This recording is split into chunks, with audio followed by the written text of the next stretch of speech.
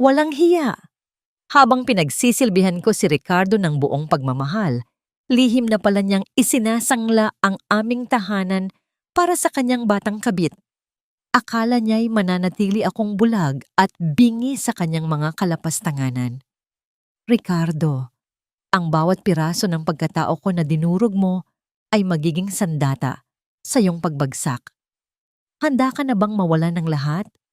Magsisimula na ang tunay na paghuhusga. Sino nga ba ang huling tatawa sa larong ito? Hayaan mo na siya, Carla. Pirma lang naman ang kailangan ko sa kanya. Pagkatapos ma-approve ang loan at makuha ko ang pondo para sa bago nating investment, itatapon ko na rin ang tuyot na babaeng yan. Konting tiis na lang, babe. Magiging atin na rin ang mansyong ito. Ang boses ni Ricardo ay dinala ng hanging galing sa loob ng kabilang silid. Tila isang laso na dahan-dahang gumagapang sa pandinig ni Maribel. Nakatayo siya sa labas ng pinto.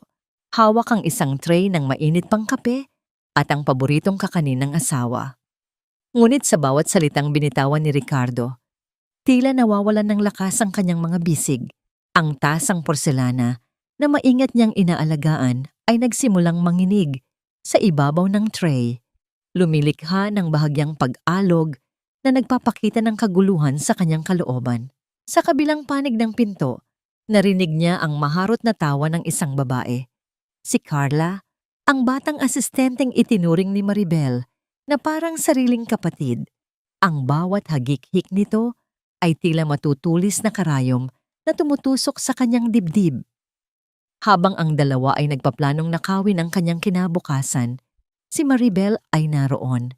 Ang mga kamay ay marumi pa dahil sa maghapong paglilinis sa koleksyon ng mga antigong barya ni Ricardo. Ginawa niya iyon dahil alam niyang iyon ang hilig ng asawa, kahit na ang totoo ay masakit na ang kanyang likod at nanlalabo na ang kanyang mga mata sa pagtititig sa maliliit na detalye ng mga lumang metal. Hindi nakasigaw si Maribel. Walang boses na lumabas sa kanyang tuyot na lalamunan. Ang pakiramdam niya ay tila siya ay nalulunod sa gitna ng isang tuyong disyerto. Ang kanyang puso, na dati ay puno ng tiwala at debosyon, ay unti-unting nagkakalas-kalas na parang isang marupok na antigong kagamitan na nahulog sa matigas na semento. Ramdam niya ang lamig na dahan-dahang bumabalot sa kanyang mga kalamnan mula sa dulo ng kanyang mga daliri hanggang sa kanyang talampakan. Ang mundong binuo niya sa loob ng 15 taon, ang mundong puno ng sakripisyo at pagtitiis, ay gumuho sa loob lamang ng ilang segundo. Dahan-dahan niyang ibinaba ang tray sa maliit na mesa sa pasilyo. Walang tunog, walang ingay. Ang bawat galaw niya ay tila isang anino na nawawala ng hugis. Tiningnan niya ang kanyang kasalukuyang anyo sa refleksyon ng salamin sa dingding. Ang kanyang buhok na hindi na gaanong naaalagaan dahil mas inuuna niya ang kapakanan ni Ricardo, ang kanyang simpleng duster na malayo sa marangyang pananamit ni Carla. Siya ang asawang nagbigay ng lahat, ngunit siya rin pala ang asawang itatapon na lamang kapag nakuha na ang huling patak ng pakinabang sa kanya. Hon, ikaw ba iyan? Ang boses ni Ricardo ay narinig niyang lumalapit sa pinto. Biglang bumukas ito at lumitaw ang mukha ng lalaking minahal niya nang higit pa sa kanyang sarili. Nakasuot ito ng kanyang mamahaling seda na robe. Bakas sa mukha ang pagkukunwaring lambing na dati ay nagpapalambot sa puso ni Maribel. "Ah, Ricardo, nandito na ang kape mo," sagot ni Maribel. Ang kanyang boses ay patag, walang emosyon, parang isang dagat na payapa bago ang pagdating ng pinakamalakas na daluyong. Pilit niyang pinigil ang panginginig ng kanyang mga labi habang nakatingin sa mga mata ng asawa, mga matang puno ng kasinungalingan. "Salamat, Hon. Ang bait mo talaga, kaya mahal na mahal kita," sabi ni Ricardo habang hinahawakan ang kanyang balikat. Ang haplos na dati ay nagbibigay sa kanya ng init ay tila ngayon ay isang malamig na uod na gumagapang sa kanyang balat. Hindi umimik si Maribel. Nanatili siyang nakatayo, pinagmamasdan ng lalaking kasama niya sa iisang bubong Ngunit isang estranghero na pala ang pagkatao. Sa kaibuturan ng kanyang isip, isang tanong ang paulit-ulit na umaalingaw-ngaw. Hanggang kailan ko kayang dalhin ang bigat ng katotohanan ito bago ako tuluyang mawasak? O bago ko matutunang buuin muli ang aking sarili gamit ang mga pirasong yung dinurog? Tinalikuran niya si Ricardo at dahan-dahang naglakad patungo sa madilim na bahagi ng kanilang tahanan. Ang bawat hakbang niya ay tila isang panata na simula sa gabing ito. Ang Maribel, na kilala nilang uto-uto at mapagbigay, ay dahan-dahan na ring mamamatay kasabay ng kanyang mga pangarap. Wala ka na talagang silbi sa pamamahay na ito, Maribel. 10 taon na kayong kasal ni Ricardo, pero hanggang ngayon, wala pa rin kayong anak na tagapagmana ng aming pangalan. Puro ka lang gastos at dagdag sa intindihin namin. Ang boses ni Doña Aurora ay tila isang matalim na kutsilyo na humihiwa sa katahimikan ng kusina. Nakatayo ang matanda sa dulo ng mahabang mesa, ang kanyang mga mata ay puno ng paghamak habang pinapanood si Maribel na nag-aayos ng almusal. Hindi sumagot si Maribel. Sa halip, maingat niyang inilapag ang isang mangkok ng mainit na tsampurado sa harap ng kanyang biyenan, ang paboritong pagkain nito na 3 oras niyang pinakuluan para makuha ang tamang lapot at tamis. Ang usok na nanggagaling sa pagkain ay dumaan sa harap ng mukha ni Maribel, tila pansamantalang tabing na nagkukubli sa pait na namumuo sa kanyang mga mata. Pasensya na po, Mama. Pinagsisikapan ko naman po ang lahat para sa pamilyang ito. Mahinang sagot ni Maribel. Ang kanyang mga kamay ay dahan-dahang nagkuyom sa ilalim ng kanyang apron. Ang mga kuko ay nabaon sa kanyang palad hanggang sa makaramdam siya ng bahagyang hapdi. Isang malupit na kabalintunaan ang kanyang kinakaharap. Ang pamilyang kanyang pinaglilingkuran ng buong puso ay siya ring pamilyang nagpaplano kung paano siya tuluyang itatapon sa kalsada. Pumasok si Ricardo sa kusina. Suot ang kanyang mamahaling suit na binili ni Maribel noong nakaraang buwan bilang regalo sa kanilang anibersaryo. Lumapit ito at humalik sa pisngi ni Maribel. Isang kilos na dati ay nagpapatibok ng kanyang puso, ngunit ngayon ay nagpapasinghap sa kanya ng amoy ng pagtataksil. Hon, may mga dokumento akong kailangang papirmahan sa iyo mamaya.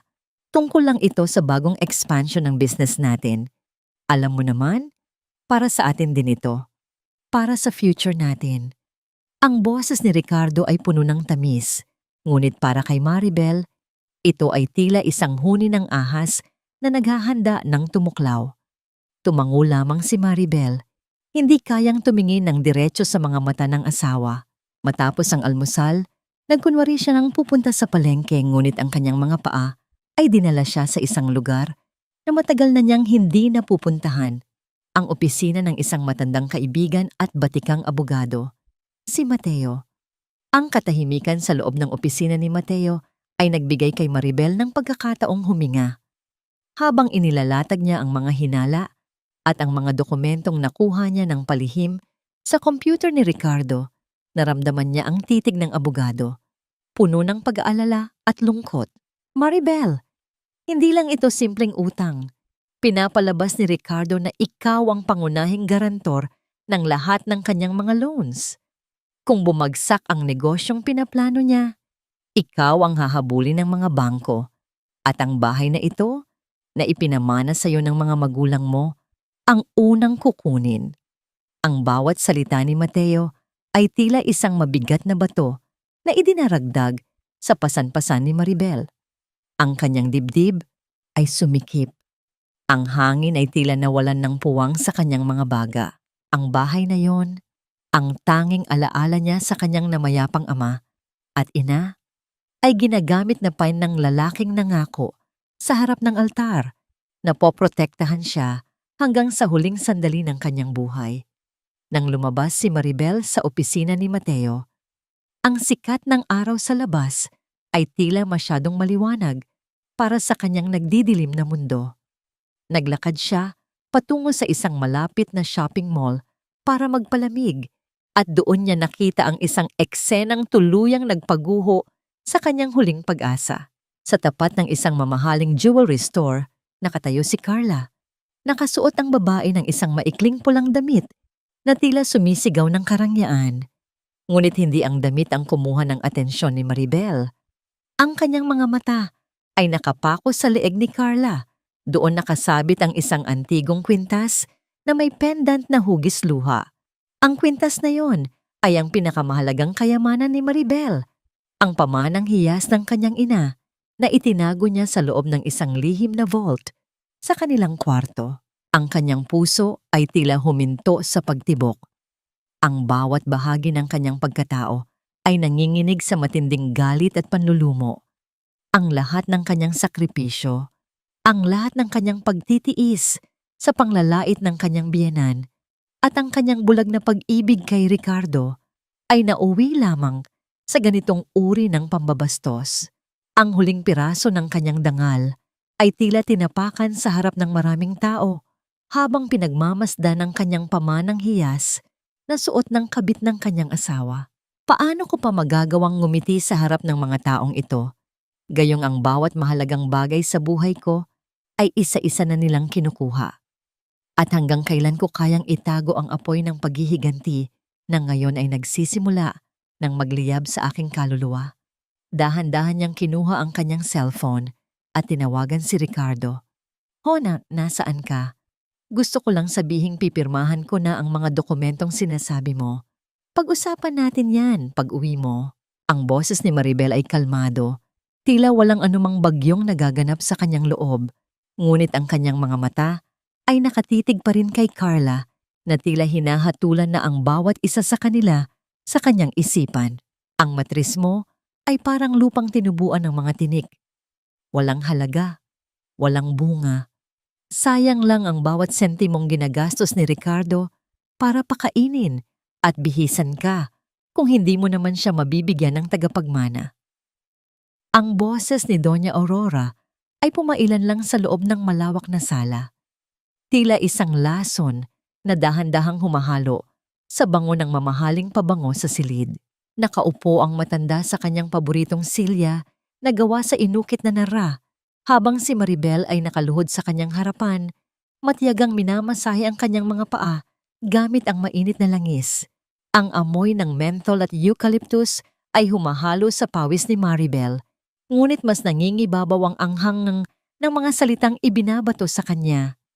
Maingat ang bawat galaw ng mga kamay ni Maribel. Pinipilit niyang huwag manginig, kahit na ang bawat pangungusap ng kanyang biyenan ay tila isang hampas ng latigo sa kanyang likuran. Pasensya na po, Mama. Alam niyo naman pong ginagawa namin ang lahat ng paraan ng doktor. Mahinang tugon ni Maribel. Ang kanyang paningin ay nananatiling nakapako sa namamagang bukong-bukong ng matanda. Ang isang butil ng luha ay nagbabadyang pumatak mula sa kanyang mga mata, ngunit mabilis niya itong pinunasan gamit ang dulo ng kanyang manggas bago pa ito mapansin ni Doña Aurora. Sa kabilang dulo ng sala, nakasandal si Ricardo sa hamba ng pinto. Ang kanyang mga mata ay nakatitig sa screen ng kanyang cellphone. Naririnig niya ang bawat panglalait ng kanyang ina sa kanyang asawa, ngunit wala siyang ginawa. Ni hindi siya tumingin ng diretso kay Maribel. Ang kanyang pananahimik ay mas masakit pa kaysa sa mga mura ni Doña Aurora. Ito ay isang uri ng pananahimik na nagpapahiwatig ng pagsang-ayon. Isang malamig na pader na naghihiwalay sa kanila sa loob ng 15 taon ng pagsasama. Sana ay naging katulad ka na lang ng mga antigong koleksyon mo, Maribel. At least ang mga yon, tumataas ang halaga habang tumatagal. Pero ikaw, habang tumatanda ka, lalong nagiging malaking pabigat sa anak ko. Mahiya ka naman sa utang na loob mo sa amin. Kung hindi dahil sa pamilya namin, baka hanggang ngayon ay nagtitiis ka pa rin sa maliit na gallery ng tatay mong bankrupt. Patuloy ni Doña Aurora, sabay sipa ng bahagya sa kamay ni Maribel para ipahiwatig na tapos na siya sa masahe. Tumayo si Maribel nang may panginginig sa kanyang mga tuhod. Iniligpit niya ang bote ng langis at ang bimpo ng hindi nagsasalita. Ang kanyang dibdib ay tila sasabog Sa tindi ng sipayo, ang bawat sakripisyo niya para sa pamilyang ito, ang pagbabayad sa mga utang ni Ricardo, ang pag-aalaga sa kanyang biyenan tuwing may sakit ito, at ang pagtikom ng kanyang bibig sa bawat kamalian ng asawa ay tila walang anumang katumbas na halaga sa paningin nila. Naglakad siya patungo sa kusina para kumuha ng mainit na tubig, ngunit nang madaanan niya ang silid-aklatan, narinig niya ang mahinang bulungan ni na Ricardo at Doña Aurora sa loob. Huminto ang kanyang mundo. Ang kanyang puso ay nagsimulang tumibok ng mabilis, tila isang ibon na naghahanap ng labasan sa isang saradong hawla. Lumapit siya ng bahagya sa pinto. Ang kanyang pandinig ay nakatutok sa bawat tunog na lumalabas mula sa siwang. "Huwag kang mainip, ma. Malapit na. Nakaplano na ang lahat. Konting pirma na lang ang kailangan ko sa kanya para mailipat ang titulo ng bahay sa pangalan ko bilang collateral. Kapag nakuha ko na ang pondo para sa bagong proyekto natin sa Cebu, madali na nating mapapalaya si Maribel. Hindi na natin siya kailangan kapag kasama ko na si Carla at ang magiging apo niyo." Mahinang sabi ni Ricardo, ang kanyang boses ay puno ng katuwaan at kawalang hiyaan. "Mabuti naman kung ganoon, anak. Sawang-sawa na ako sa pagmumukha ng babaeng yan. Siguraduhin mo lang na wala siyang makukuhang kahit isang sentimo. Sa atin ang bahay na ito, sa atin ang lahat. Hayaan mo siyang bumalik sa kung saan siya nanggaling, sa kawalan," sagot ni Doña Aurora na may halong mapait na tawa. Nabitawan ni Maribel ang hawak niyang baso. Ang tunog ng pagbagsak nito sa makapal na alpombra ay hindi narinig ng dalawa sa loob. Ngunit para kay Maribel, iyon ang tunog ng huling pagkakataon na ibinigay niya para sa kanyang kasal.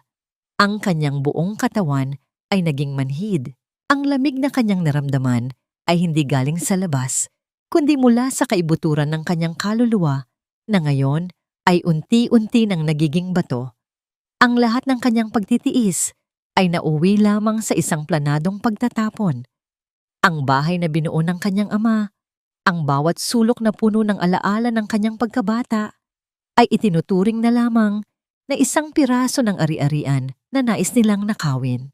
Ang pag-ibig na akala niya ay sapat na para baguhin, ang lahat ay isa lamang palang mahabang panaginip na ngayon ay nagising na sa katotohanan. Dahan-dahan siyang umatras mula sa pinto. Ang kanyang bawat hakbang ay tila isang paglaya sa isang libingang matagal na niyang kinalalagyan. Ang kanyang mga mata ay hindi na nagluluha. Ang mga ito ay puno na ng isang malamig at matalim na liwanag. Kung itatapon nila ako sa kawalan, sisiguraduhin kong sa kawalan din sila. Hahantong. Bulong niya sa kanyang sarili sa gitna ng katahimikan ng madilim na pasilyo. Paano ko haharapin ang bukas na alam kong ang bawat ngiti ng aking asawa ay isang patibong? At hanggang saan ang kayang gawin ng isang babaeng wala nang natira, kundi ang kanyang dangal at ang matinding pagnanais na makuha ang hustisya? Ang sikat ng araw na tumatagos sa bintana ng sasakyan ay hindi sapat upang tunawin ang malamig na yelo na tuluyang bumalot sa puso ni Maribel. Sa bawat pag-ikot ng gulong palayo sa bahay na matagal niyang tinawag na tahanan, unti-unting napapalitan ng matinding determinasyon ang panlulumos sa kanyang dibdib. Wala nang luhang papatak, wala nang pusong susuko. Ang babaeng palaging nakayuko at sumusunod sa anino ng kanyang asawa ay naiwan na sa madilim na pasilyo ng nakaraan. Ang opisina ni Mateo ay matatagpuan sa tuktok ng isang mataas na gusali sa Makati, isang lugar na tahimik, formal at malayo sa nakasusulasok na hangin ng kanyang sariling pamilya. Pagpasok niya sa silid, sumalubong sa kanya ang seryosong mukha ng abogadong matagal na niyang kaibigan. Nakalatag sa ibabaw ng malapad na mesang gawa sa mahogany ang mga dokumentong lihim niyang kinopya mula sa briefcase ni Ricardo noong madaling araw. Kinuha ni Mateo ang isang makapal na folder at dahan-dahang inilapag ito sa harap ni Maribel.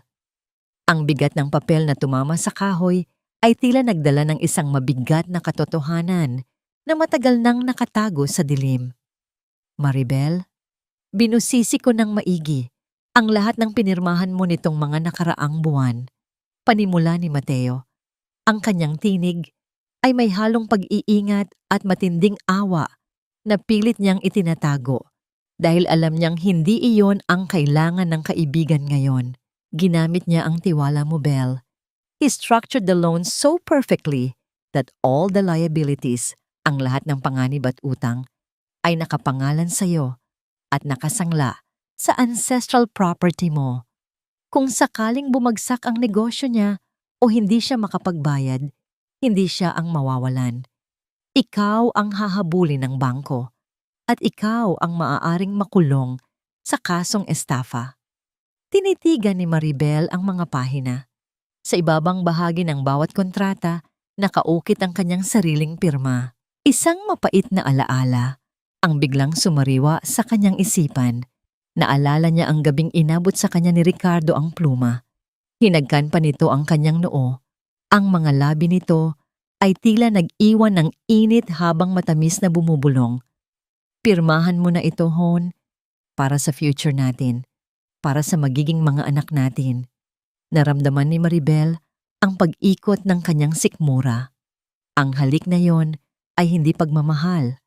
Iyon ang tatak ng kanyang pagiging biktima.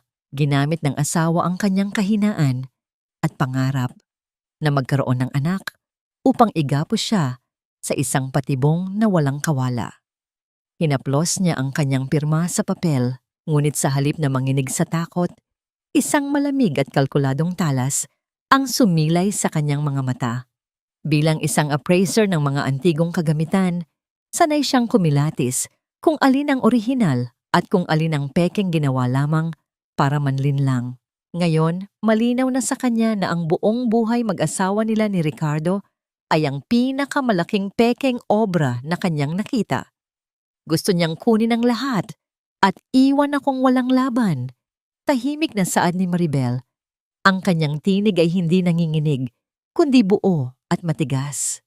Mateo, alam kong may butas ang mga kontratang ito. Paano natin ibabalik sa kanya ang lahat ng utang? I want to completely detach my assets from his name at gusto kong gawin ito nang hindi niya namamalayan. Napabuntong hininga si Mateo at isinandal ang likod sa kanyang silya.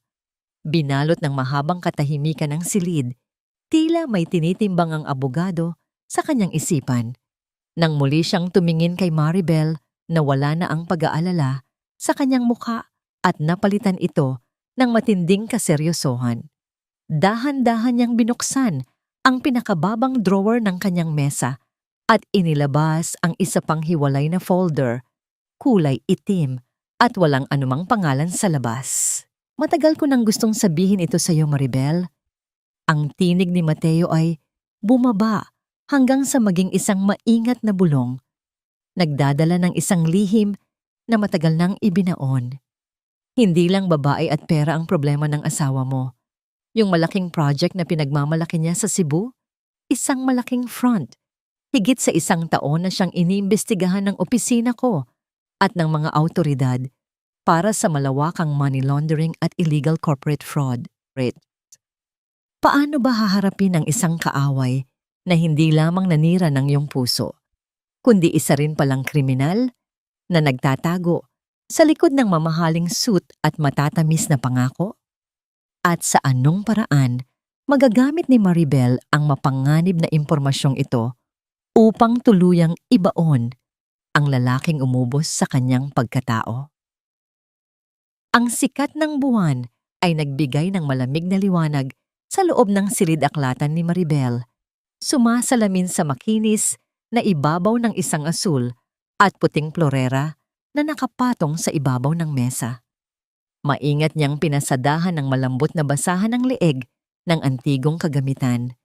Sa paningin ng isang ordinaryong tao, ang plorerang ito ay isang perpektong relic mula sa Ming Dynasty, isang kayamanang nagkakahalaga ng milyon-milyong piso. Ngunit sa matalas na paningin ni Maribel, bilang isang batikang appraiser, alam niyang isa lamang itong master copy.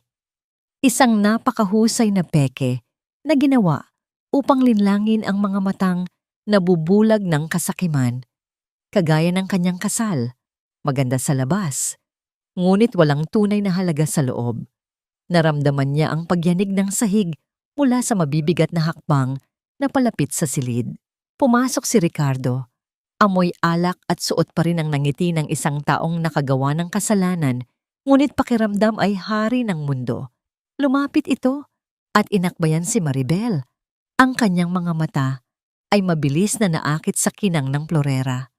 Ang pagnanasa sa kanyang mga paningin ay hindi para sa sining, kundi para sa salaping katumbas nito. Wow, Hon, bago ba iyan? Mukhang mas mahal pa ito sa mga dati mong kinokolekta. Bungad ni Ricardo, ang kanyang boses ay may halong pagkamangha at lihim na pagtatantiya. Hinaplos nito ang gilid ng plorera na tila sinusukat kung ilang milyon ang pwedeng pumasok sa kanyang bulsa. Inayos ni Maribel ang kanyang sarili. Ibinaba niya ang basahan at humarap sa kanyang asawa nang may maamong ngiti. Ang parehong ng ngiti ng isang maunawaing asawa na matagal nang inaasahan ni Ricardo mula sa kanya. Isang kliyente ang nag-iwan nito kanina para ipa-appraise ko. Isang napakabihirang piraso, Ricardo. Kung ilalabas ito sa isang private auction sa Hong Kong, madaling aabot ito ng 50 milyon. Siguro nga higit pa. Lumaki ang mga mata ni Ricardo. Ang salitang 50 milyon ay tila naging isang mahika na tuluyang bumalot sa kanyang pandinig. Sa isip ng lalaki, naroon na ang sagot sa lahat ng kanyang problema. Ang pondo para sa kanyang pekeng proyekto sa Cebu at ang luho na hinihingi ng kanyang kabit na si Carla. 50 milyon. Talaga ba? Magkano naman ang hinihingi ng kliyente mo para dyan? Dito na unti-unting ibinaba ni Maribel ang patibong. Tiningnan niya ang plorera nang may panghihinayang bago sumagot. Kailangan niya ng mabilisang pera para sa isang emergency. Ibebenta niya sa akin ng 10 milyon na lang, in cash, by next week. Pero syempre, sinabi ko sa kanya na imposibleng mabili natin ito. Wala tayong ganyang kalaking halaga na nakatingga. Kaya ibabalik ko na lang ito sa kanya bukas ng umaga. Isang mabilis na pagbabago ang naganap sa mukha ni Ricardo. Ang kanyang ego at pagmamayabang ay biglang umapaw. Hindi makapapayag na palampasin ang isang napakalaking oportunidad na dumoble o magtriple ang kanyang pera. Anong ibabalik? Are you crazy, Maribel? Isang napakalaking investment niyan. Huwag mong ibalik. Ako ang bahala. Hahanapan ko ng paraan para mabayaran natin ang 10 milyon na hinihingi niya. Pero Hon, saan ka naman kukuha ng ganoon kalaking pera? Baka makaabala pa ito sa expansion ng business mo. Mahinahong sagot ni Maribel, pilit na itinatago ang lamig sa kanyang tinig. Ang bawat salita niya ay maingat na pinili upang lalong pukawin ang pagmamatigas ng lalaki. Hinawakan ni Ricardo ang magkabilang balikat ni Maribel. Ang kanyang titig ay puno ng kasakiman na pilit kinukubli ng matatamis na salita. Trust me, Hon. Ako ang bahala. Kapag naibenta natin ito sa Hong Kong, mababayaran ko lahat ng loans natin at mabibigyan pa kita ng grand vacation. Siguraduhin mo lang na hindi mapupunta sa iba ang plorerang yan. Naiintindihan mo ba? Tumango si Maribel. Ibinaba ang kanyang mga paningin upang hindi makita ni Ricardo ang tagumpay na sumilay sa kanyang mga mata. O sige, sasabihin ko sa kanya na hihingin natin ang piraso. Umalis si Ricardo sa silid na punong-puno ng pag-asa at yabang. Nagmamadaling gumawa ng mga tawag sa telepono. Naiwang mag-isa si Maribel sa gitna ng malamig na silid-aklatan. Pinagmasdan niyang muli ang pekeng plorera. Ang kasakiman ng tao nga naman ay isang walang hanggang balon. Kahit gaano kalalim ang ibigay mo, patuloy itong hihingi ng higit pa hanggang sa ito na mismo ang lumamon sa kanya. Hanggang saan aabot ang pagkadesperado ni Ricardo upang makuha ang 10 milyong piso? At anong mahahalagang bagay pa ang handa niyang nakawin at isakripisyo nang hindi niya nalalamang siya ay kusang naglalakad patungo sa sarili niyang kabaong? Ang halimuyak ng inihaw na salmon at mamahaling alak ay pumuno sa paligid ng La Veranda, isang sikat na restaurant na madalas puntahan ng mga mayayamang negosyante sa syudad. Nakaupo si Maribel sa isang madilim na sulok. Ang kanyang presensya ay tila nakatago sa likod ng malaking halaman at ng mahinang pag-iilaw.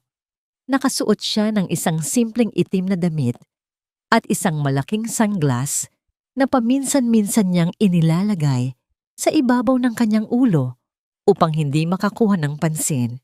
Ang kanyang atensyon ay nakapako sa 2 taong nakaupo.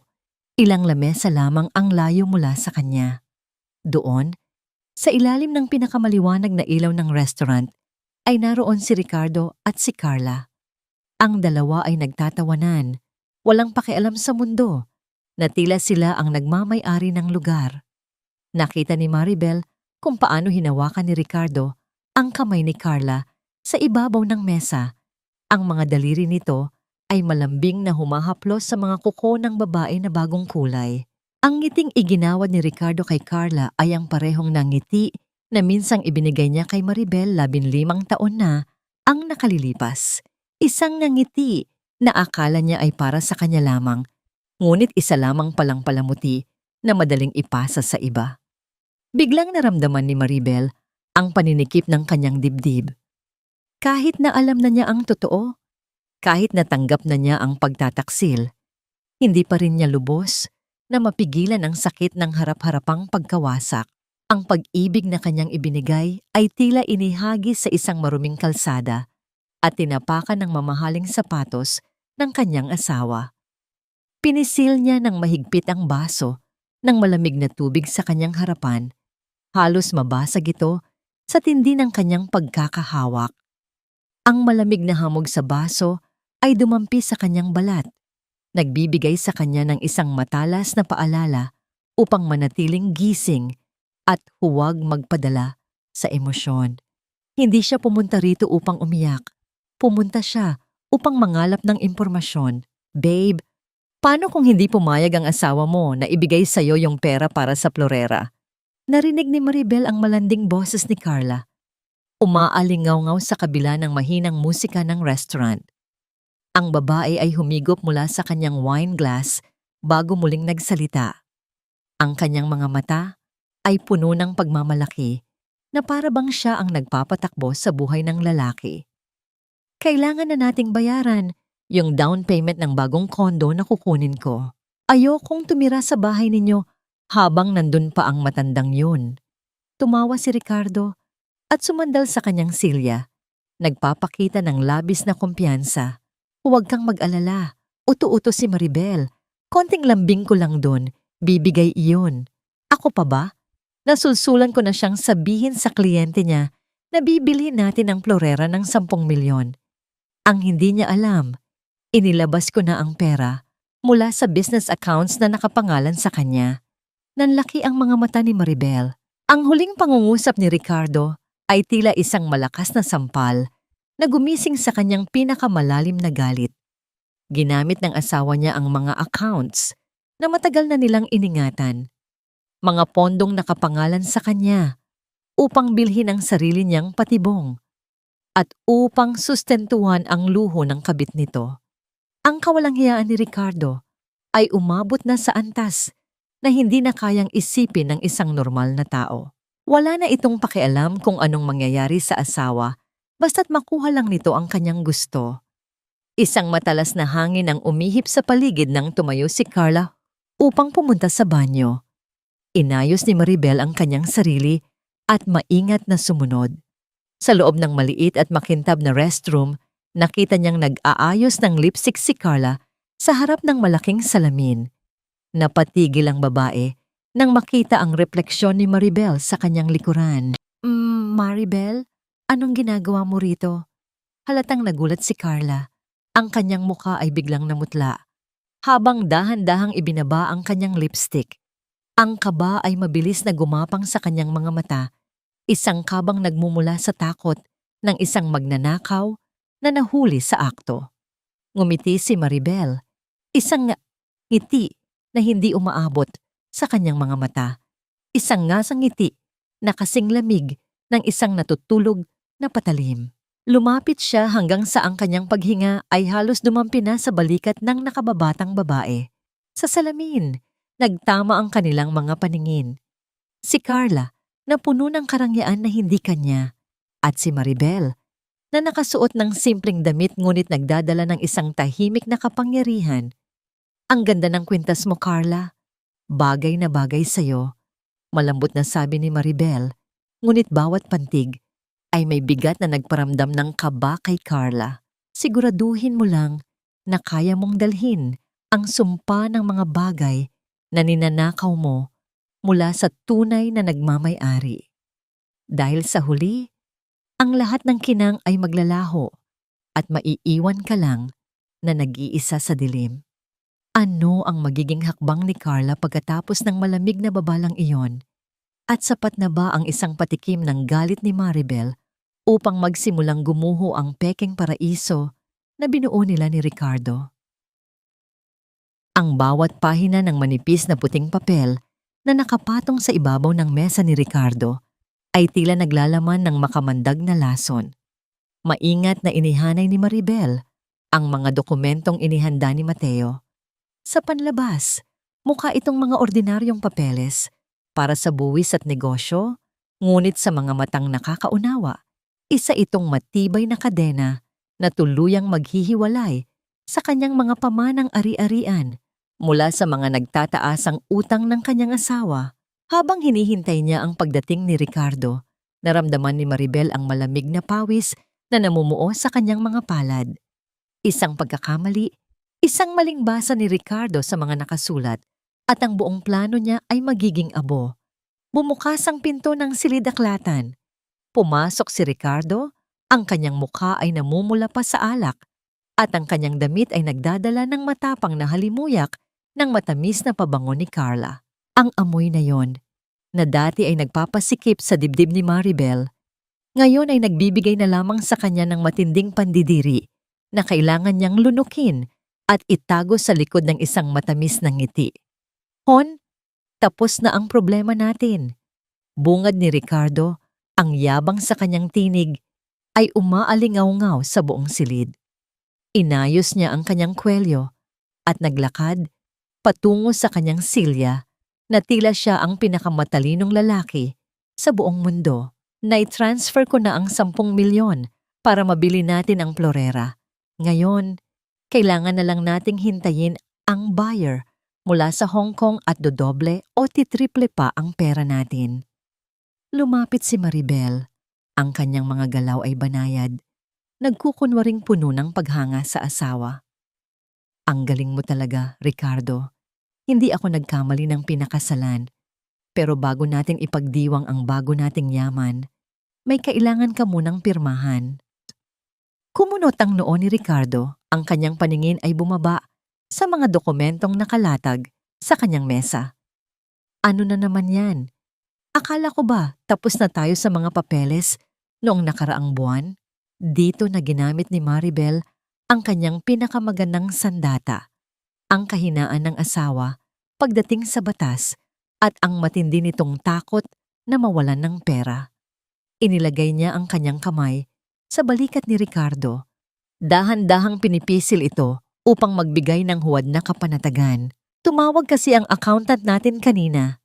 Mahinang paliwanag ni Maribel, ang kanyang tono ay puno ng pag-aalala.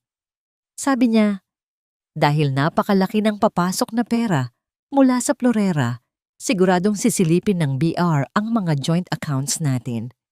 Alam mo naman ang gobyerno, naghahanap lang ng butas para makakolekta ng malaking tax. Kailangan nating protektahan ang kikitain mo. Tiningnan siya ni Ricardo. Ang takot na mabawasan ng kanyang inaasam na milyon ay mabilis na gumapang sa kanyang mga mata. Anong kailangan nating gawin? Kailangan nating ilipat ang lahat ng personal at business liabilities mo sa sarili mong pangalan at ihiwalay ang mga ito sa ancestral property ko.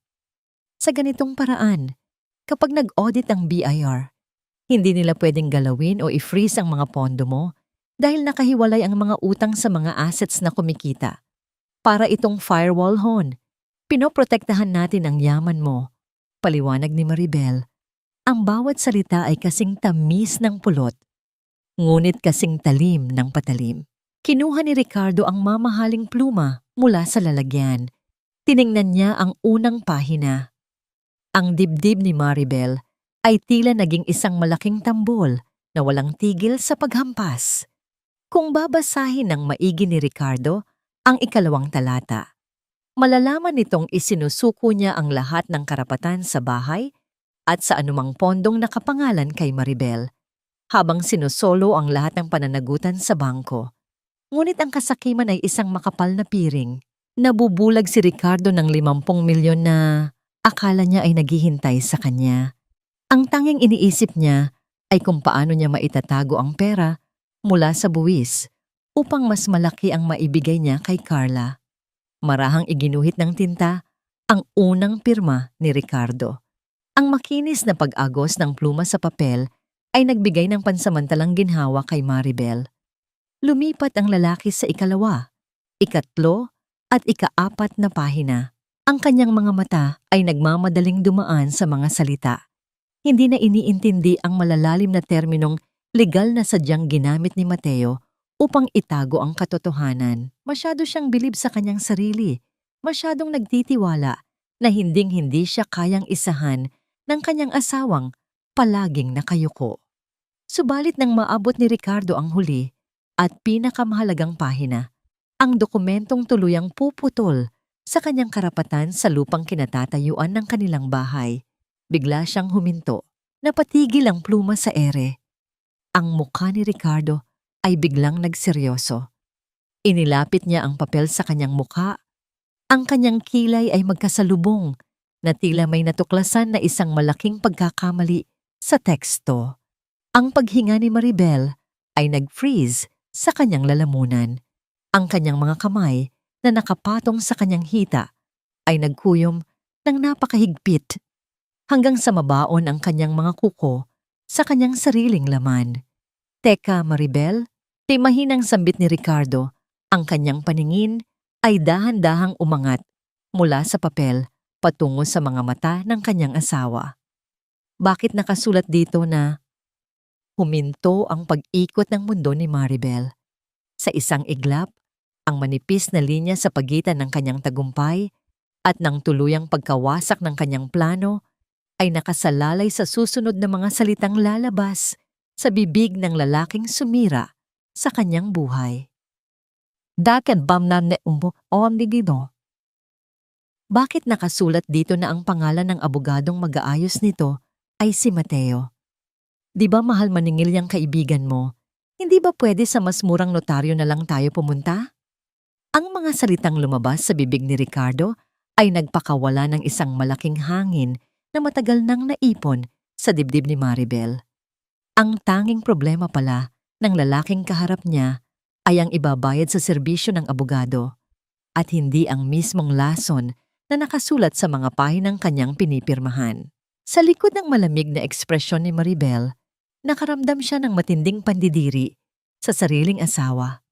Isang lalaking kayang magwaldas ng milyon-milyon para sa kalaguyo, ngunit nagrereklamo sa iilang libo para sa mga legal na papel. Huwag kang mag-alala, hon.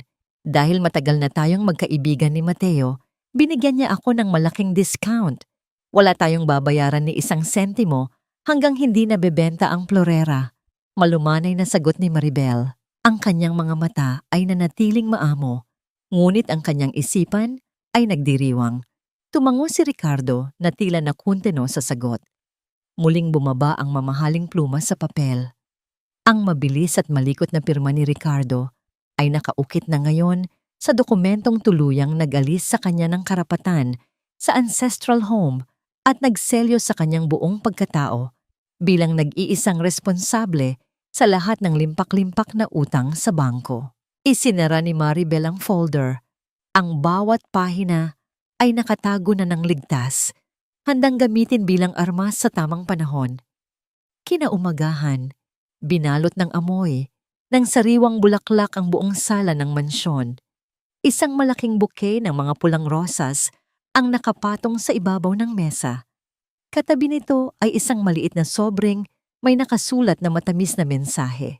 Nakatayo si Maribel sa di kalayuan. Nagkukunwaring abala sa pag-aayos ng mga kurtina.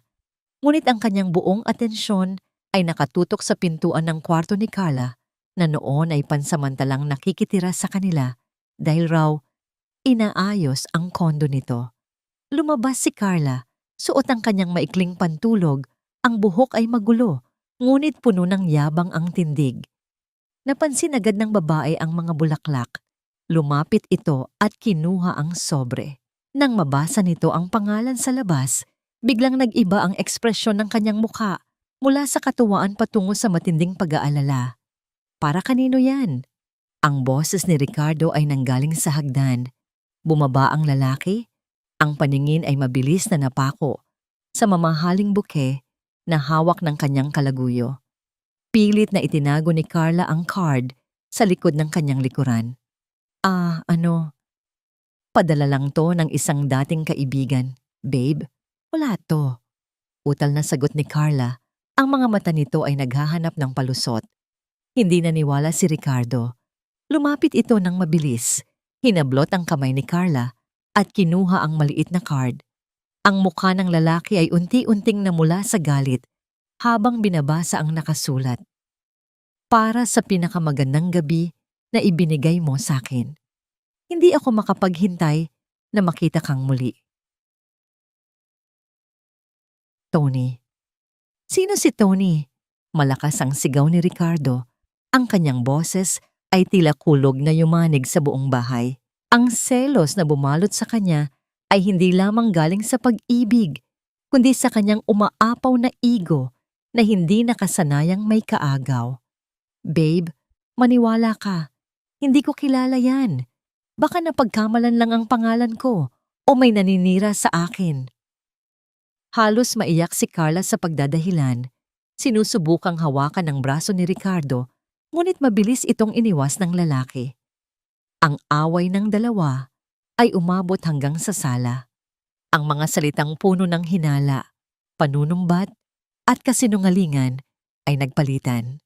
Para kay Maribel na nakatayong tahimik sa gilid, ang eksena ay tila isang nakakaaliw na dula.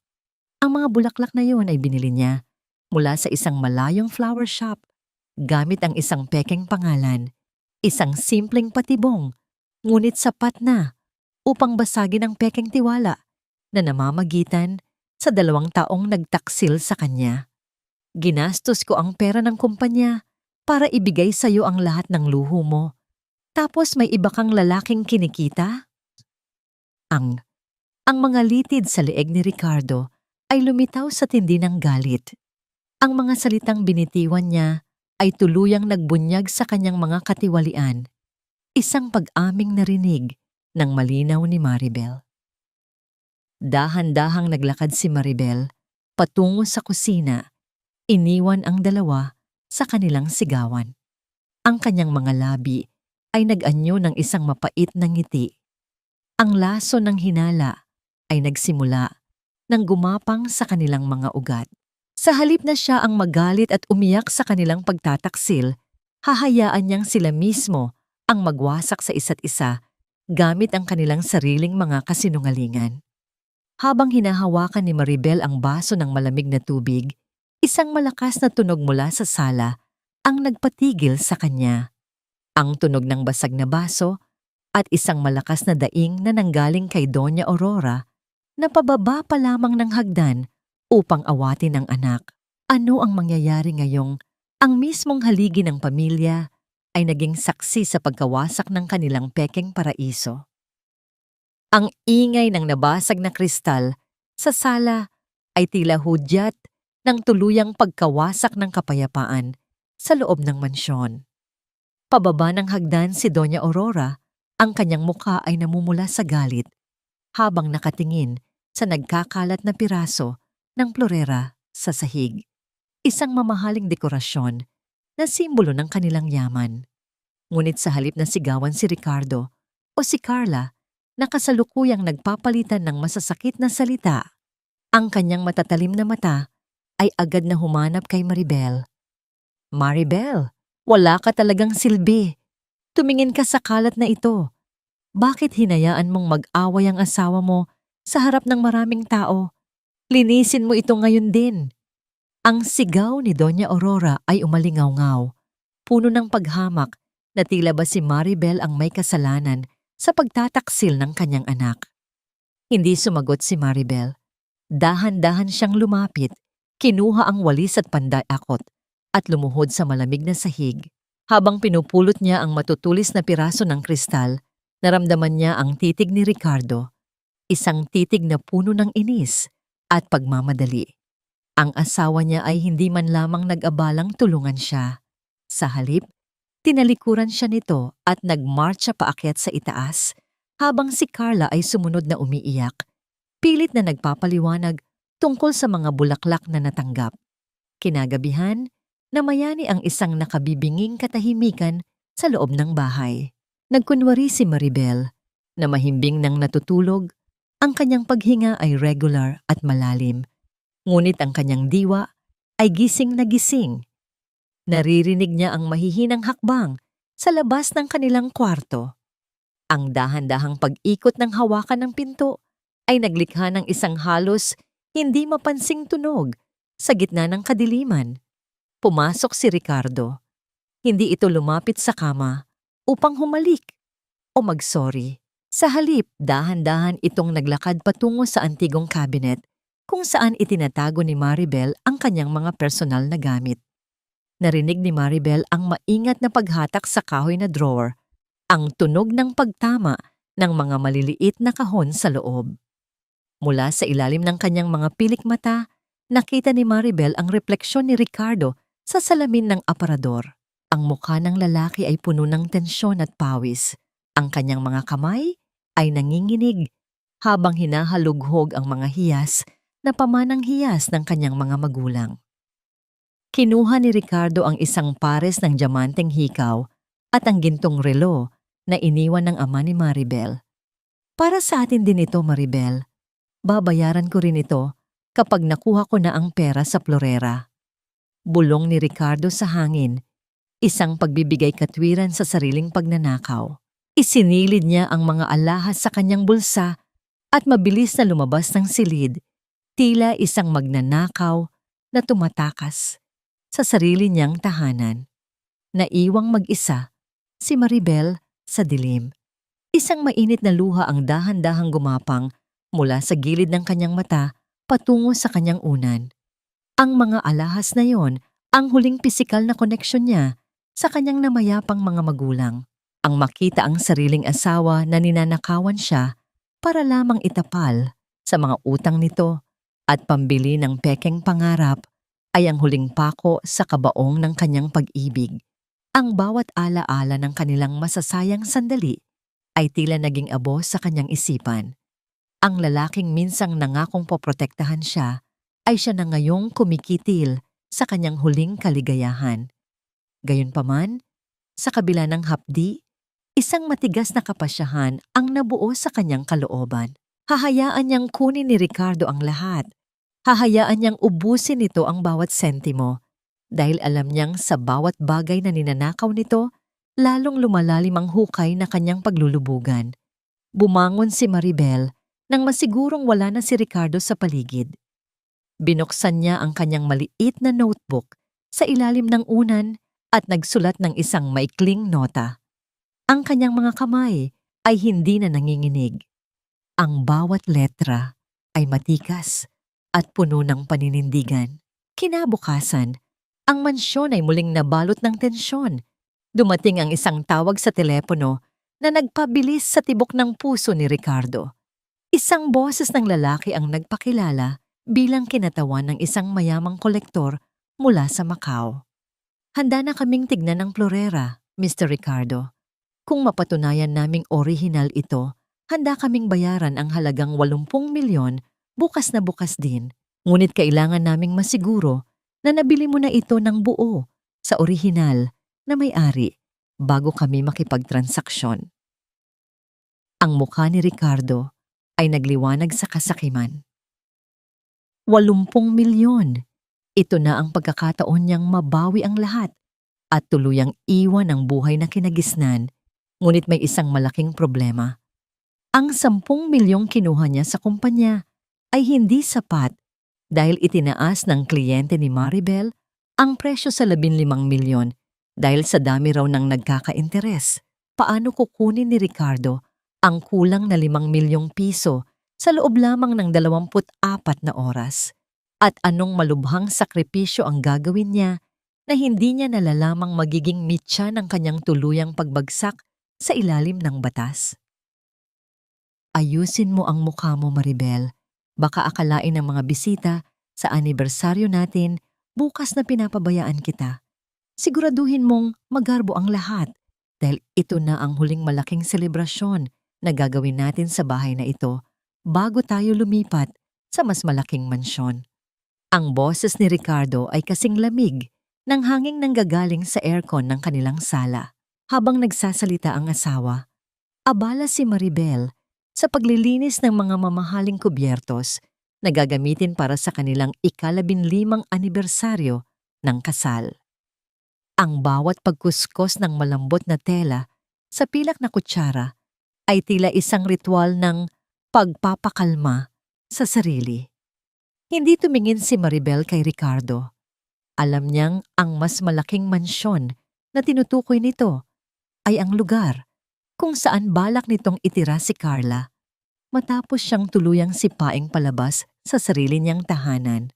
Ang kaisipang ito ay tila isang matalim na bubog na dahan-dahang bumaon sa kanyang puso. Ngunit sa halip na sumigaw sa sakit, pinili ni Maribel ang katahimikan. Ang kanyang katahimikan ay hindi natanda ng pagsuko, kundi isang maingat na paghahanda para sa huling hantungan ng kanilang pagsasama. Pinanood niya ang refleksyon ng kanyang sarili sa makintab na kutsara, isang babaeng pagod na sa pagtitimpi, isang babaeng handa nang bawiin ang bawat sentimong ninakaw sa kanya. Nakahanda na ang lahat, Ricardo, ang catering, ang mga bulaklak, at ang listahan ng mga espesyal na bisita. Sisiguraduhin kong ang gabi bukas ay hindi niyo makakalimutan kailanman. Mahinang sagot ni Maribel.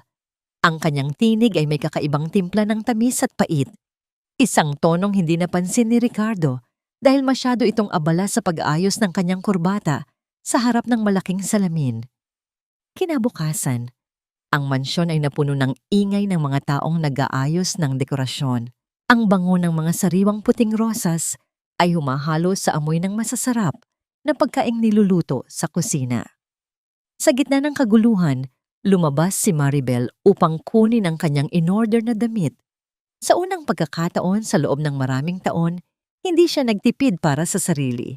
Isang itim na gown na gawa sa seda ang kanyang pinili. Isang kulay na sumisimbolo sa pagluluksa para sa kanyang patay na pag-ibig, ngunit nagbibigay sa kanya ng isang reynang aura na hindi kailanman nakita ng kanyang biyenan o ng kanyang asawa.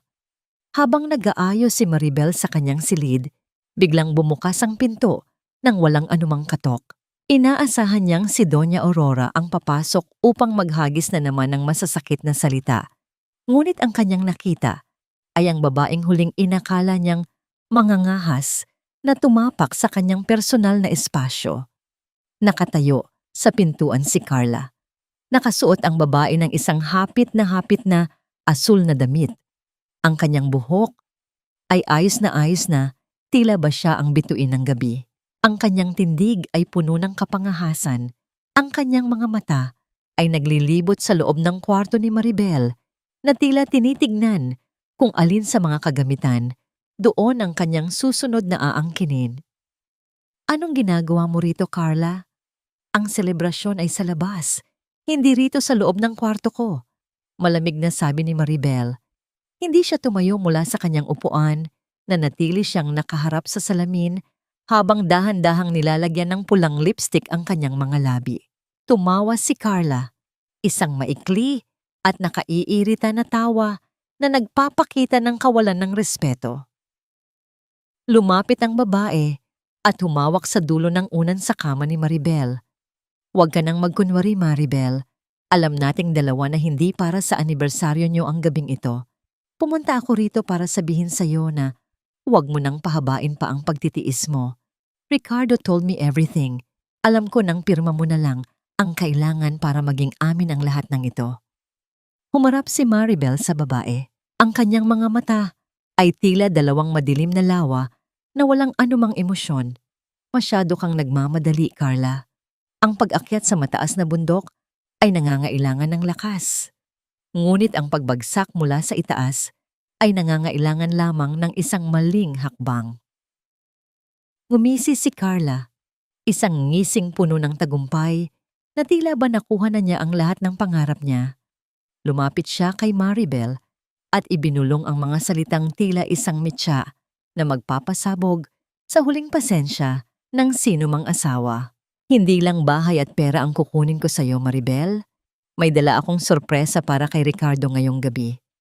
Isang regalong hinding-hindi mo na ibigay sa kanya sa loob ng 15 taon, sabi ni Carla habang hinahaplos ang kanyang sariling tiyan. Buntis ako, Maribel, at ang batang ito ang tatapos sa lahat ng karapatan mo sa pamilyang ito. Ang katahimikan sa loob ng silid ay naging nakabibingi. Ang tunog ng paghinga ni Maribel ay naging mabigat. Ang kanyang mga kamay ay dahan-dahang humawak sa gilid ng mesa upang suportahan ang kanyang sarili mula sa biglaang paghilo.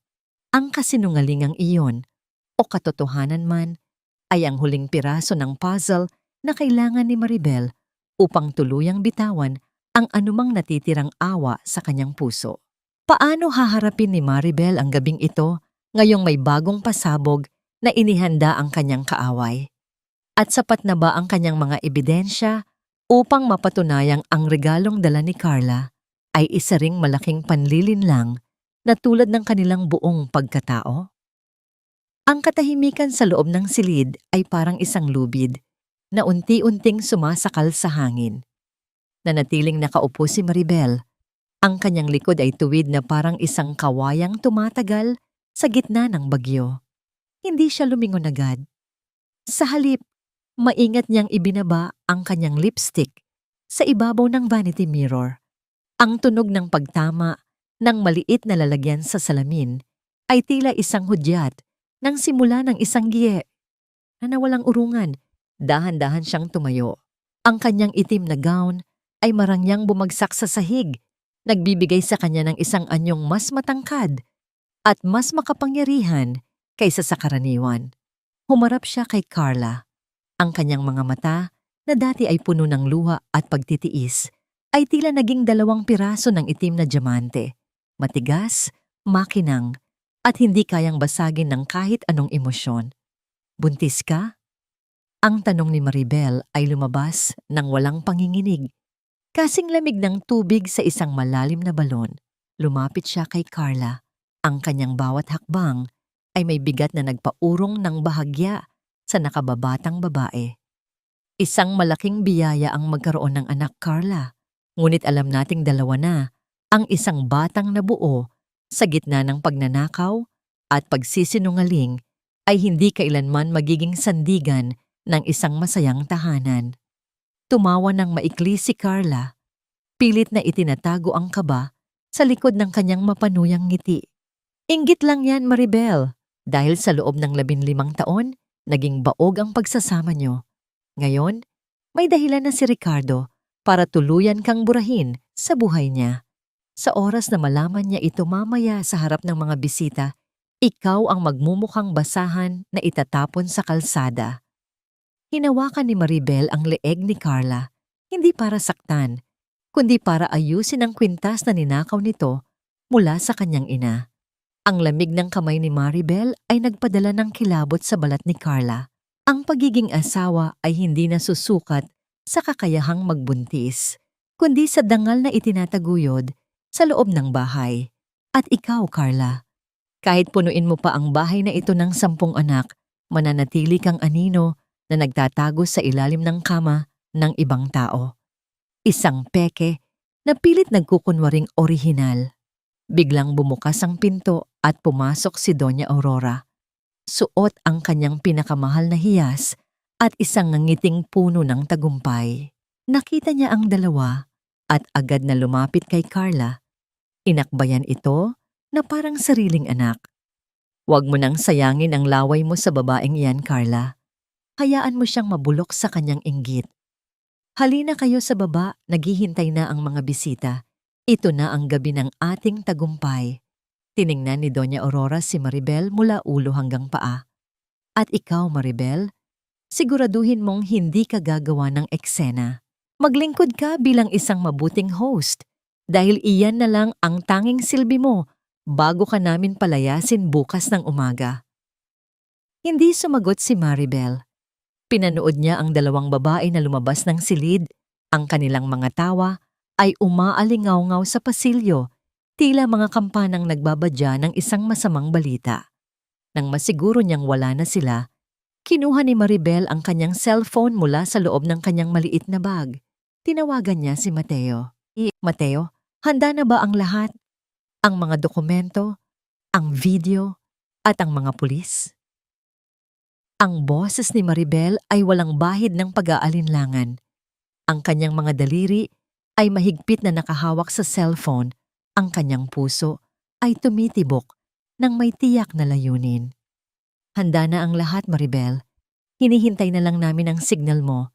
Sigurado ka na ba rito? Kapag sinimulan natin ito, wala nang balikan. Ang sagot ni Mateo sa kabilang linya. Huminga ng malalim si Maribel. Tiningnan niyang muli ang kanyang refleksyon sa salamin. Ang babaeng nakikita niya ay hindi na ang Maribel na umiiyak sa madilim na sulok. Ito na ang babaeng handang sumunog sa sarili niyang paraiso para lamang makuha ang hustisyang matagal nang ipinagkait sa kanya. Walang balikan, Mateo. Ngayong gabi, tatapusin natin ang lahat ng kasinungalingan sa loob ng mansyong ito. Hayaan nating makita ng mundo kung sino ang tunay na basahan at sino ang tunay na reyna. Sabi ni Maribel, bago tuluyang pinatay ang tawag. Lumabas siya ng silid at dahan-dahang bumaba ng hagdan. Sa ibaba, nakikita niya ang maraming bisita, ang marangyang dekorasyon, at si Ricardo na nakatayo sa gitna. May hawak na baso ng alak at nakangiti sa lahat. Ngunit ang bawat ngiti ng mga tao sa paligid ay tila mga anino lamang sa paningin ni Maribel. Ang kanyang atensyon ay nakapako sa entablado sa dulo ng sala, kung saan nakapatong ang pekeng florera na magsisilbing mitya ng huling pagsabog. Anong mangyayari sa oras na tumuntong si Maribel sa gitna ng entablado upang magbigay ng kanyang speech? At paano tatanggapin ni Ricardo ang regalong inihanda ng kanyang asawa na higit pa sa inaasahan ng sinuman sa loob ng silid? Ang bango ng mga sariwang bulaklak at ang mahinang tugtog ng biolin ay pumuno sa malawak na bulwagan ng mansyon. Tila isang makapal na kumot na nagtatago sa baho ng kataksilan na namamayani sa loob. Nakatayo si Ricardo sa gitna ng entablado. Hawak ang isang baso ng mamahaling alak habang sa kanyang tabi ay naroon si Carla na panakanakang humahaplos sa kanyang tiyan. Isang kilos na sadyang ginagawa upang makita ng lahat ng mga bisita. Ang mga tao ay nagbubulungan. Ang ilan ay puno ng paghanga sa karangyaan ng gabi, habang ang iba naman ay may halong pagdududa sa tunay na nangyayari sa loob ng tahanang yon. Magandang gabi sa inyong lahat. Masayang bati ni Ricardo. Ang kanyang boses ay umaalingaw-ngaw sa buong silid. Ipinagdiriwang natin ang 15 taon ng aming pagsasama ni Maribel. Ngunit higit pa doon, nais kong ibahagi ang isang malaking tagumpay. Dahil sa aking pagsisikap, nakuha natin ang isa sa pinakamahalagang antigong kagamitan sa buong Asya, ang Ming Dynasty vase na ito. Itinuro niya ang florera na nakapatong sa isang pedestal na tila ba ito ang tropeyo ng kanyang buong pagkatao. Dahan-dahang umakyat si Maribel sa entablado. Ang kanyang itim na gown ay humahaba sa bawat hakbang, tila isang aninong dahan-dahang lumalamon sa liwanag ng gabi. Ang lahat ng mata ay nakapako sa kanya. May mga nakaramdam ng kaba dahil ang aura ni Maribel ay hindi na ang aura ng isang asawang sunod-sunuran. May kakaibang talas sa kanyang mga mata, isang talas na tila kayang humiwa sa kahit anong kasinungalingan.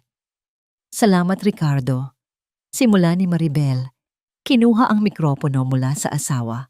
Ang kanyang tinig ay kalmado, malinaw, at may bigat na nagpatahimik sa buong bulwagan.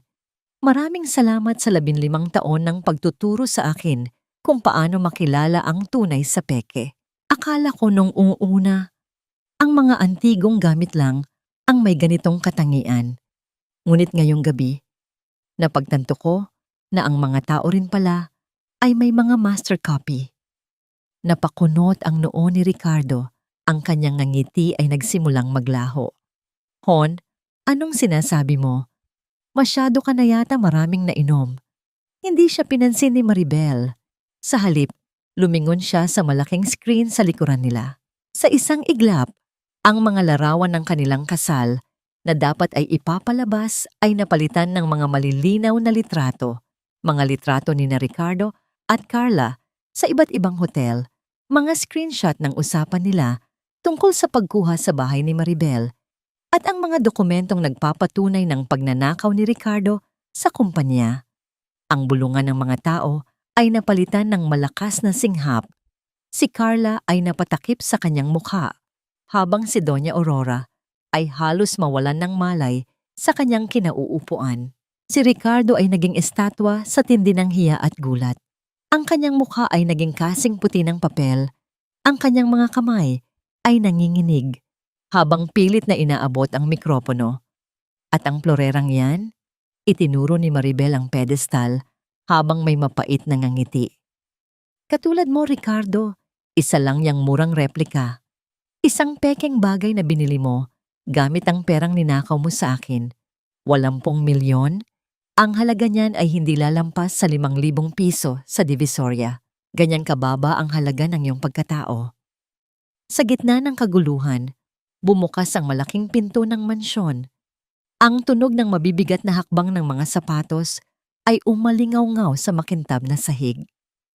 Pumasok si Mateo, kasama ang 4 na lalaking nakasuot ng uniforme ng pulisya. Ang kintab ng kanilang mga lengkana ay tila nagbigay ng huling hatol sa gabing iyon. Ricardo Santos, mayroon kaming warrant of arrest para sa kasong estafa, falsification of public documents, at malawakang corporate fraud. Pahayag ng opisyal, ang kanyang boses ay walang alinlangan. Nabitawan ni Ricardo ang kanyang baso ng alak.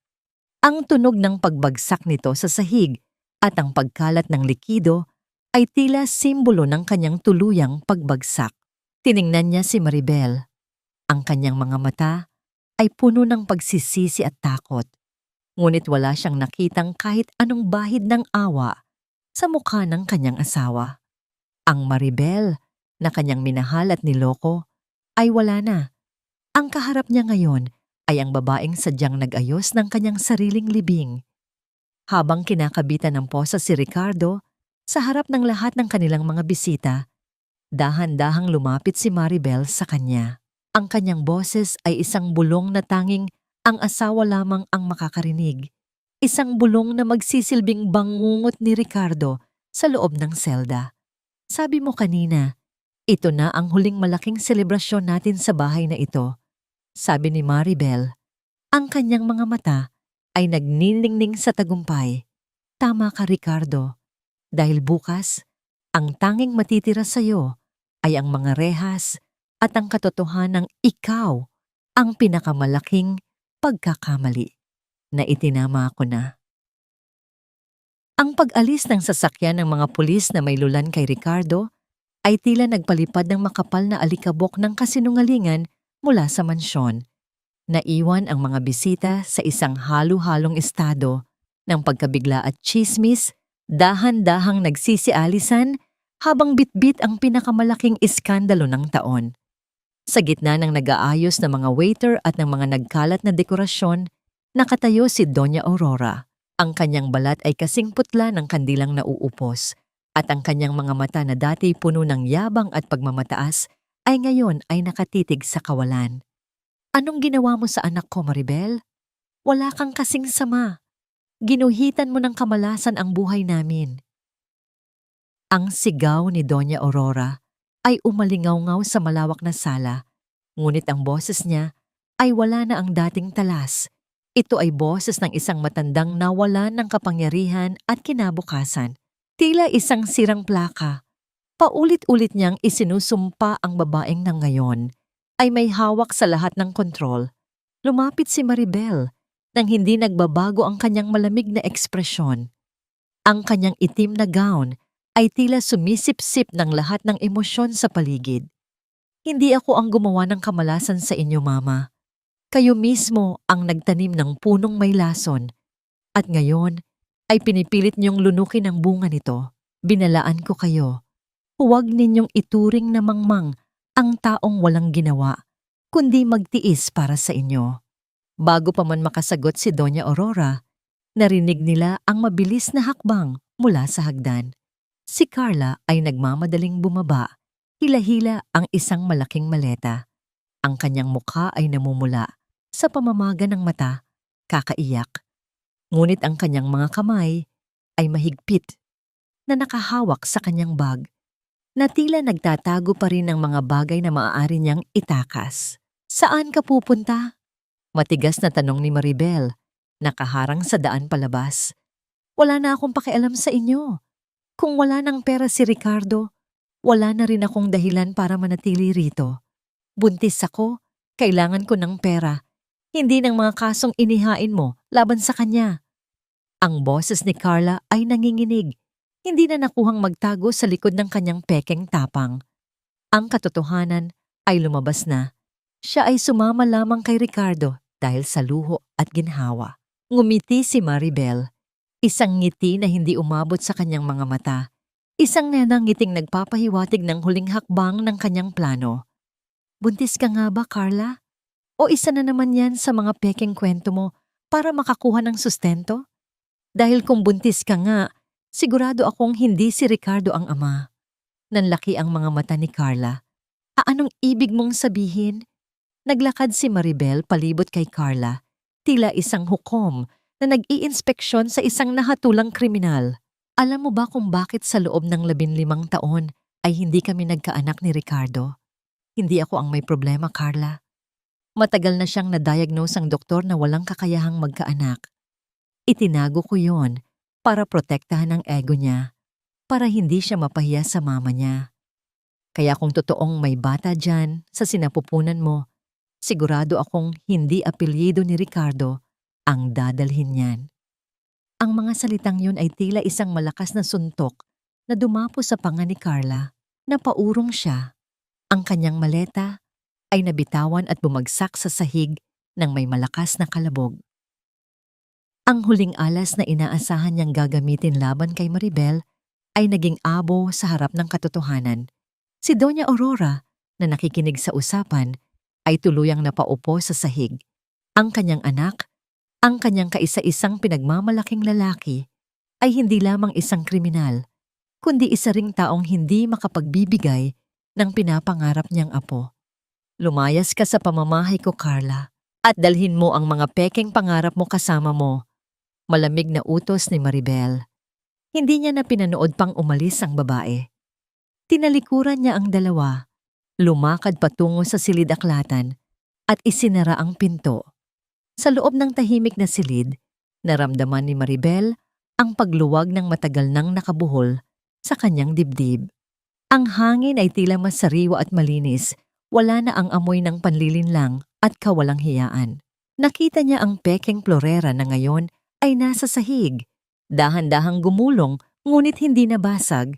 Ito ay isang paalala na kahit gaano pa kaganda ang panlabas, ang tunay na halaga ay laging nakatago sa loob. Paano haharapin ni Doña Aurora ang buhay ng walang karangyaan at walang anak na masasandalan? At ano ang magiging kapalaran ng mansyon na naging saksi sa pinakamalaking pagkasira ng isang pamilya? Ang katahimikan sa loob ng mansyon ng sumunod na umaga ay tila isang mabigat na kumot na bumalot sa bawat sulok ng bahay. Wala na ang mga sigawan, wala na ang tunog ng mga basag na kristal, at wala na ang mapanghamak na tinig ni Doña Aurora. Binuksan ni Maribel ang malalaking bintana sa sala. Hinahayaan ang sinag ng araw na pumasok at itaboy ang amoy ng luma at madilim na kahapon. Sa bawat paghawi niya ng kurtina, naramdaman niya ang isang uri ng kalayaan na matagal na niyang kinalimutan. Isang kalayaang hindi nabibili ng ginto o anumang antigong kagamitan. Ngunit ang katahimikang iyon ay mabilis na naantala nang makita niya si Doña Aurora sa dulo ng pasilyo. Ang matanda ay nakaupo sa isang maliit na maleta. Ang kanyang buhok ay gulo-gulo at ang kanyang mga mata ay mugto sa kakaiyak. Wala na ang marangyang hiyas sa kanyang leeg. Tanging ang kanyang mga nanginginig na kamay na lamang ang natira. Nang makita niya si Maribel, dahan-dahan siyang tumayo. Ang kanyang dating mapagmataas na tindig ay napalitan ng isang anyong humihingi ng awa. "Maribel, anak." Ang boses ni Doña Aurora ay nanginginig, halos hindi marinig sa gitna ng malawak na silid. "Saan ako pupunta? Wala na akong pera." Kinuha na ng mga awtoridad ang lahat ng accounts ni Ricardo. Pati ang mga alahas ko ay kinuha para pambayad sa mga utang niya. Hahayaan mo ba akong mamalimos sa kalsada sa ganitong edad? Tiningnan ni Maribel ang kanyang biyenan. Sa loob ng 15 taon, ang babaeng ito ang naging tinik sa kanyang lalamunan. Ang taong walang sawang nagpaalala sa kanya na siya ay walang halaga dahil hindi siya makapagbigay ng apo. Ngunit sa halip na makaramdam ng galit, ang naramdaman ni Maribel ay isang malalim na pagkapagod. Ang paghihiganti ay matamis sa simula, ngunit ang pananatili sa puot ay isang uri rin ng bilanggo na ayaw na niyang balikan. "Hindi kita hahayaang mamalimos, Mama," mahinahong sagot ni Maribel. Ang kanyang boses ay walang galit, ngunit wala rin itong init. "Nagrenta ako ng isang maliit ngunit malinis na apartment para sa inyo sa labas ng probinsya. May sapat na allowance kayo buwan-buwan para sa inyong pagkain at gamot. Iyan ang huling utang na loob na ibibigay ko sa pamilyang ito. Hindi dahil karapat-dapat kayo, kundi dahil ayaw kong maging katulad ninyo na marunong lang tumingin sa sariling kapakanan." Napahagulgol si Doña Aurora at sinubukang hawakan ang kamay ni Maribel. Ngunit maingat na umiwas ang huli. Ang pagpatawad ay hindi nangangahulugan ng pagbabalik sa dati. Ito ay ang pagputol ng ugnayan upang ang sugat ay tuluyan ng humilom. Pinanood ni Maribel ang pag-alis ng matanda. Lulan ng isang simpleng sasakyan patungo sa kanyang bagong buhay. Isang buhay na malayo sa marangyang mansyon na dati niyang ipinagmamalaki. Matapos ang pag-alis ni Doña Aurora, naglakad si Maribel patungo sa silid-aklatan ng kanyang namayapang ama. Doon, sa gitna ng mga lumang libro at amoy ng antigong papel, nahanap niya ang isang lihim na drawer sa ilalim ng mesa. Sa loob nito ay may isang maliit na sobre na may nakasulat na pangalan niya. Binuksan niya ito at tumambad ang isang sulat mula sa kanyang ama na isinulat bago ito pumanaw. "Maribel, aking anak, alam kong darating ang araw na masusubok ang iyong tibay. Huwag mong kakalimutan na ang tunay na ginto ay dumadaan sa apoy bago kuminang. Hindi ka kailanman naging baog sa pag-ibig dahil ang puso mo ang pinakamahalagang koleksyon na mayroon ng mundong ito. Maniwala ka sa iyong sarili dahil ikaw ang orihinal na obra maestra ng aming buhay." Niyakap ni Maribel ang sulat. Ang kanyang mga luha ay dahan-dahang pumatak, hindi dahil sa sakit, kundi dahil sa ginhawa ng pagkilala.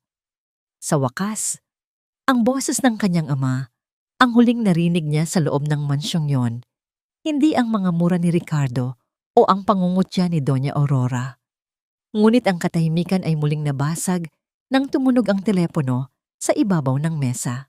Ang tawag ay nanggaling sa kulungan kung saan nakapiit si Ricardo. Ayon sa gwardiya, may isang napakahalagang mensahe ang asawa niya na kailangan niyang marinig bago ang huling paghuhusga sa korte bukas.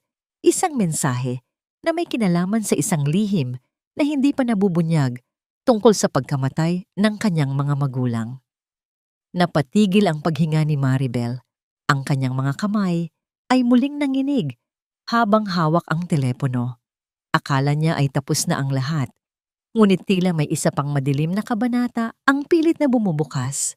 Ang sakit na akala niya ay naghilom na ay biglang natusok ng isang bagong hinala. Saan hahantong ang bagong impormasyong ito? At kaya bang harapin ni Maribel ang huling katotohanan na maaring magpabago sa lahat ng alam niya tungkol sa kanyang nakaraan at sa lalaking minahal niya ng 15 taon? Ang bawat hakbang ni Maribel sa mahaba at madilim na pasilyo ng kulungan ay tila paglalakad sa isang libingan ng mga alaala. Ang amoy ng luma at basang semento ay humahalo sa amoy ng matapang na disinfectant, isang amoy na nagpapasikip sa kanyang dibdib. Habang papalapit siya sa dulo, naririnig niya ang malakas na tunog ng mga bakal na nagtatama at ang mahihinang usapan ng mga gwardiya na umalingaw-ngaw sa malamig na paligid. Ang tunog na yun ay tila isang babala, na ang katotohanang naghihintay sa kanya ay maaaring mas masakit pa kaysa sa lahat ng kataksilang naranasan niya. Nakatayo sa likod ng makapal na salamin si Ricardo. Wala na ang mamahaling suit, wala na ang kintab ng kanyang buhok, at wala na ang yabang sa kanyang mga mata. Ang lalaking kaharap ni Maribel ngayon ay isang anino na lamang ng dati niyang asawa, haggard, maputla, at puno ng takot. Nang makita niya si Maribel, dahan-dahan niyang itinaas ang kanyang nanginginig na kamay upang hawakan ang telepono. Salamat! Salamat at pumunta ka, Maribel. Ang boses ni Ricardo ay basag, tila isang tuyong dahon na nadudurog sa ilalim ng paa. Alam kong wala na akong mukhang ihaharap sa'yo, pero hindi ako makakatulog sa gabi hanggat hindi ko nasasabi ang totoo. Hindi lang pera ang ninakaw namin sa'yo, Maribel. Huminga ng malalim si Maribel, pinipigilan ang pag-akyat ng emosyon sa kanyang lalamunan. Anong ibig mong sabihin, Ricardo? Sabihin mo na ang gusto mong sabihin dahil ito na ang huling beses na makikita mo ako. Yumuko si Ricardo, ang kanyang mga luha ay nagsimulang pumatak sa maruming lamesa.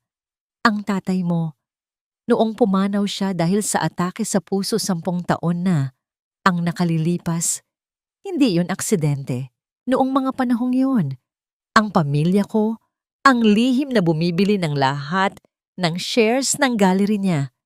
Kami ang nagpadala ng mga pekeng utang na nagpahirap sa kanya. Alam namin na mahina ang puso niya at sinadya naming ipadala ang final foreclosure notice sa mismong gabi ng kanyang kaarawan. Pinanood namin siyang bumagsak para lamang makuha ang lupang kinatatayuan ng mansyon niyo. Ang bawat salitang binitawan ni Ricardo ay tila isang malakas na dagok sa sikmura ni Maribel. Ang kanyang paningin ay nanlabo. Ang kanyang puso ay tila tumigil sa pagtibok sa gitna ng matinding shock. Ang 15 taon ng kanyang kasal ay hindi lamang pala binuo sa pagtataksil, kundi sa dugo ng kanyang sariling ama. Ang pamilyang itinuring niyang sarili ay ang mga taong pumatay sa kanyang huling kaligayahan. Patawarin mo ako, Maribel. Pakiusap, kausapin mo si Mateo. Sabihin mo sa kanya na bawasan ang mga kaso laban sa akin at sasabihin ko ang lahat ng iba pang detalye tungkol sa mga ilegal na transaksyon ng tatay ko noon. Pagmamakaawa ni Ricardo, ang kanyang mga mata ay puno ng desperasyon. Tumingin si Maribel ng diretso sa mga mata ni Ricardo. Sa gitna ng kanyang matinding pighati, nahanap niya ang isang malamig na katahimikan, isang katahimikang nagmumula sa kailaliman ng kanyang pagkatao na hindi na kayang saktan ng kahit anong katotohanan. Dahan-dahan niyang ibinaba ang telepono. Hindi siya sumigaw, hindi siya nagmura. Ang pananahimik niya ay ang pinakamabigat na parusang maibibigay niya sa lalaking nasa kabilang panig ng salamin. Ang pagpapatawad ay para sa mga taong nagkamali, Ricardo. Ngunit ang ginawa niyo ay hindi pagkakamali. Iyon ay isang masamang balak na binuo niyo sa loob ng maraming taon. Mahinahong sabi ni Maribel. Ang kanyang boses ay umaalingaw-ngaw sa tahimik na silid. Hahayaan ko ang batas na magbigay sa iyo ng hustisya. At huwag kang mag-alala. Hinding-hindi kita kakalimutan. Dahil tuwing titingnan ko ang mansyon ng tatay ko, Maaalala ko kung gaano kalaki ang utang na loob mo sa bawat pira-pirasong hiningang ninakaw niyo sa kanya. Tumalikod si Maribel at naglakad palabas ng kulungan. Ang bawat hakbang niya ay tila pagtatapon ng isang mabigat na bagehe na matagal niyang dinala. Paglabas niya sa gate, sinalubong siya ng isang malakas na ihip ng sariwang hangin at ang sikat ng araw na tila yumayakap sa kanyang buong pagkatao. Nakatayo sa tabi ng kanyang sasakyan si Mateo. Ang mukha nito ay puno ng pag-unawa. "Tapos na ba, Maribel?" tanong ni Mateo. Dahan-dahang binubuksan ang pinto ng sasakyan para sa kanya. "Ngayon pa lang magsisimula ang tunay na buhay, Mateo," sagot ni Maribel. Tiningnan niya ang langit na unti-unting nagiging kulay kahel sa papalubog na araw. Ang ginto ay kailangan talagang dumaan sa pinakamainit na apoy para lumabas ang tunay na kinang. At ngayon, handa na akong kuminang ng mag-isa. Sumakay si Maribel sa sasakyan at hindi na lumingon pa sa likuran. Ang madilim na kabanata ng kanyang buhay ay tuluyan nang natapos at sa harap niya ay isang malawak na kalsada patungo sa isang bagong umaga na siya na ang may hawak ng manibela. Ang sariwang hangin ng umaga ay nagdadala ng halimuyak ng mga namumukadkad na puting rosas, ang paboritong bulaklak ng ina ni Maribel na muli niyang itinanim sa hardin ng mansyon. 5 taon na ang lumipas mula nang lisanin ng sigwa ang kanyang tahanan. Ang bahay na minsan ay naging saksi sa pinakamasalimuot na pagtataksil at pighati ngayon ay nagliliwanag. Hindi dahil sa marangyang chandelier na gawa sa kristal, kundi dahil sa tahimik na kapayapaan na bumabalot sa bawat sulok nito. Nakatayo si Maribel sa balkonahe. Hawak ang isang tasa ng tsaa. Ang kanyang mukha ay maaliwalas. Ang kanyang mga mata ay hindi na nababakasan ng takot o pag-aalinlangan. Nakasuot siya ng isang simpleng puting bestida na sumasabay sa ihip ng hangin, isang simbolo ng kanyang malinis na simula. Sa labas ng gate, makikita ang isang maliit ngunit eleganteng karatula, Villa Maribel, a haven of arts and antiquities. Ang lugar na dati itinuturing niyang hawla ay naging isa na sa pinakasikat na gallery ng mga antigong kagamitan at sining sa buong Maynila. Isang patunay ng kanyang kakayahan at husay na hindi na kailanman matatabunan ng anino ng kahit sinong lalaki. Ang balita tungkol sa mga taong minsang nanakit sa kanya ay paminsan-minsan pa ring nakararating sa kanya. Si Ricardo ay nananatili sa loob ng malamig na selda, nag-iisa at inabandona ng mga taong dati niyang pinagyayabang.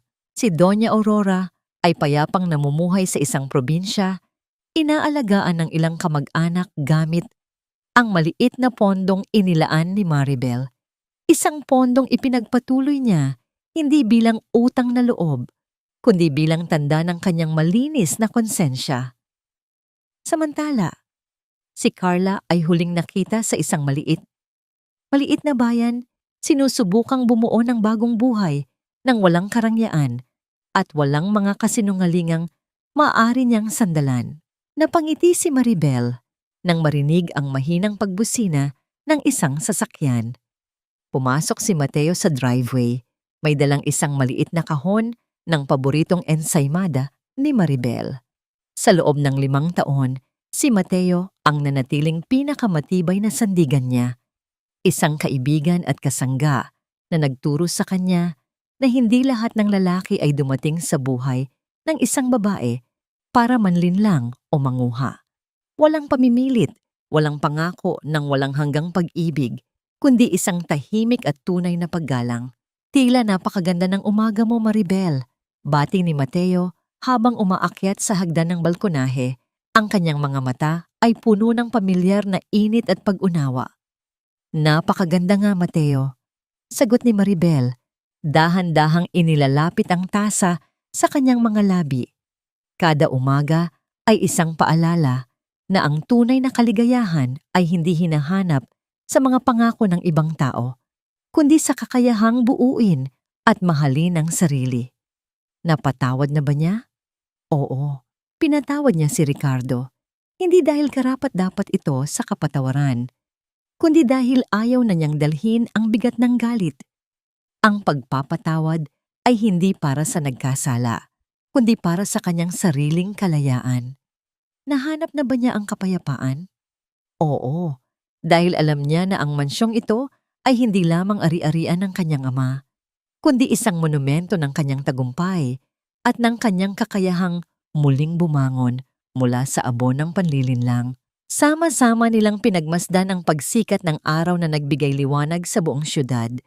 Ang kwento ni Maribel ay nag-iwan ng isang malinaw at malalim na aral. Ang katapatan at pagiging mabuti ay hindi kailanman naging kahinaan. Maaring abusuhin ito ng iba, maaring gamitin laban sa iyo, ngunit sa huli, ang katotohanan ay laging nananaig.